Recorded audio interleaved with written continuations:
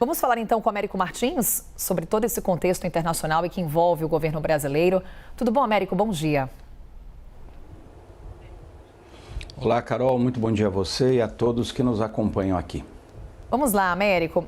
As críticas de Ortega, o atual momento de congelamento das relações entre Brasil e Nicarágua e a própria posição do Brasil sobre as eleições na Venezuela indicam um realinhamento da rota internacional do presidente Lula na comparação com mandatos anteriores?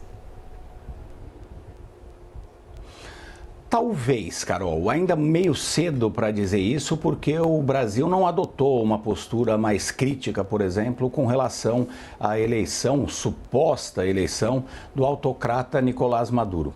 Em tempos normais, em condições normais, ser criticado por um ditador como Daniel Ortega é bastante positivo, porque afinal de contas, aonde um regime como aquele da Nicarágua está, o governo brasileiro definitivamente deveria estar do outro lado. Qualquer governo brasileiro. O Brasil é um país, é uma democracia, o presidente Lula é um democrata, o governo brasileiro defende a democracia, tanto no Brasil como em outros lugares. Então, é preciso, de fato, criticar mais severamente a Nicarágua e também a Venezuela.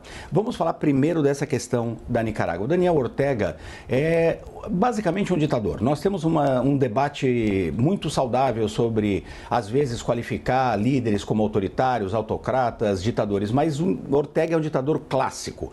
Impede que a oposição participe das eleições, ele persegue a própria Igreja Católica e de outras denominações no país, porque elas defendem exilados políticos, defendem dissidentes, defendem a democracia, em última análise.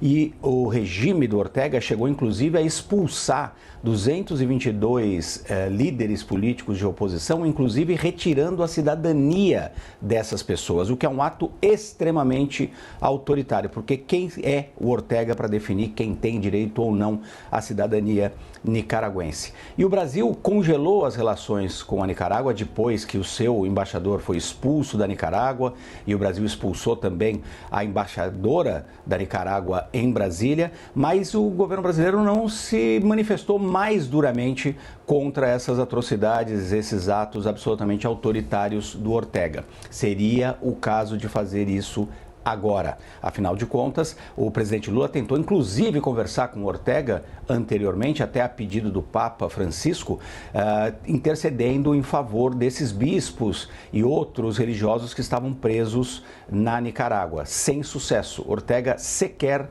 quis conversar com o presidente Lula. Então está mais do que na hora de uma posição muito mais dura com relação a esse regime absolutamente autoritário, ditatorial do Ortega. Com relação à Venezuela, e de novo, em condições normais, é muito bom ser criticado por um ditador, mas o problema é que o governo Lula também está sendo criticado por não ser mais duro com relação ao Maduro. Este é um outro problema. Então está sendo criticado pelos dois lados, porque continua não reconhecendo essa suposta vitória do Maduro, com todas as evidências de fraude, mas também se nega neste momento a tomar alguma atitude mais dura, um comunicado mais duro, denunciando aí essas fraudes nas eleições. Então o presidente Lula e o governo brasileiro, infelizmente, vão ser criticados pelos dois lados, tanto pelos regimes autoritários desses dois países, como também por aqueles críticos que querem e esperam um posicionamento mais firme contra essas duas autocracias.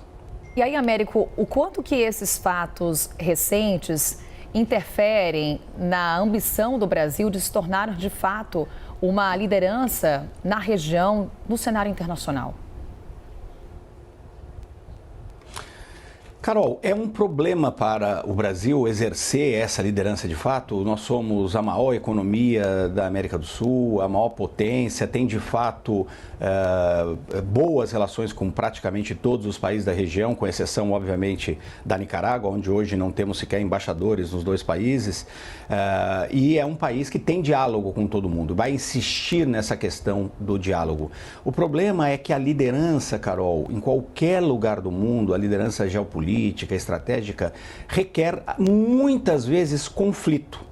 não se resolve tudo e não se lidera no cenário, no tabuleiro geopolítico internacional apenas com amizade, apenas com palavras carinhosas, vamos dizer assim, entre os governos. Se lidera também com conflito, se lidera também com pressão sobre os outros países em defesa, por exemplo, de valores que devem ser defendidos o tempo inteiro por um governo como o governo brasileiro, por exemplo, a democracia.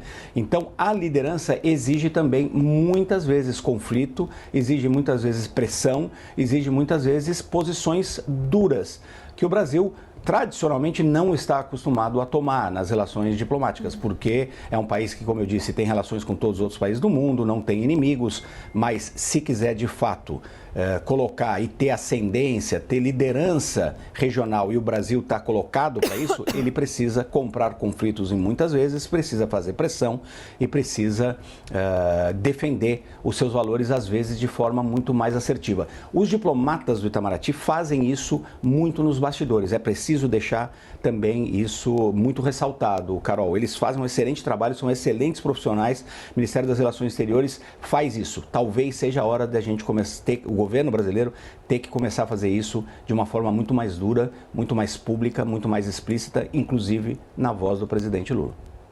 É análise internacional com o Américo Martins. Daqui a pouquinho a gente conversa mais, Américo.